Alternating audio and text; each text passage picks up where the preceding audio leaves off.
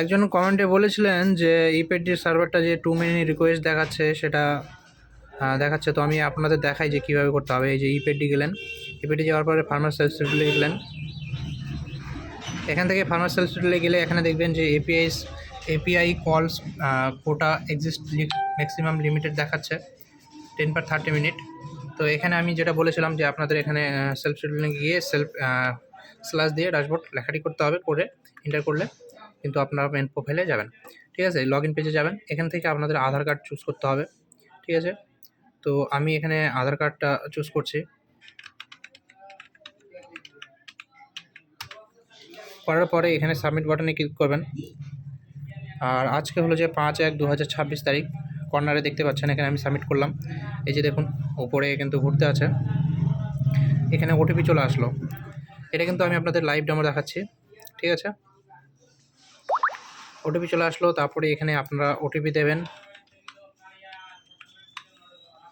OTP দিয়ে valid OTP click করবেন। Click করার পরে এখানে এটা ক্লোজ করবেন। ক্লোজ করার পরে এখানে যে আপনার ব্লক সেটা সিলেক্ট করবেন।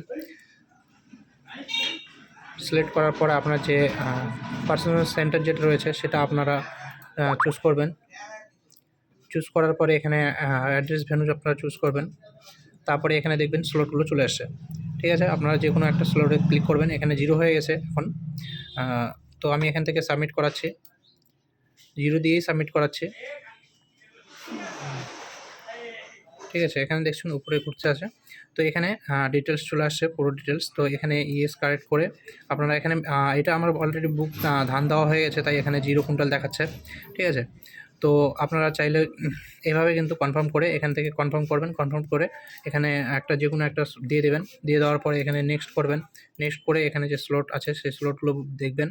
দেখার পরে এখানে স্লট ক্লিক করে এখানে সাবমিট করলে কিন্তু আপনার কার্ডটা বুকিং হয়ে যাবে। তো একজন বলেছিলেন যে এটা টু মিনিট রিকোয়েস্ট দেখাচ্ছে, সেই জন্য এই ভিডিওটা করা। তো সার্ভার আবার ঠিক হয়ে গেছে, অনেক সময় দেখবেন, এটা কিন্তু কাজে লাগবে। ঠিক আছে, ধন্যবাদ।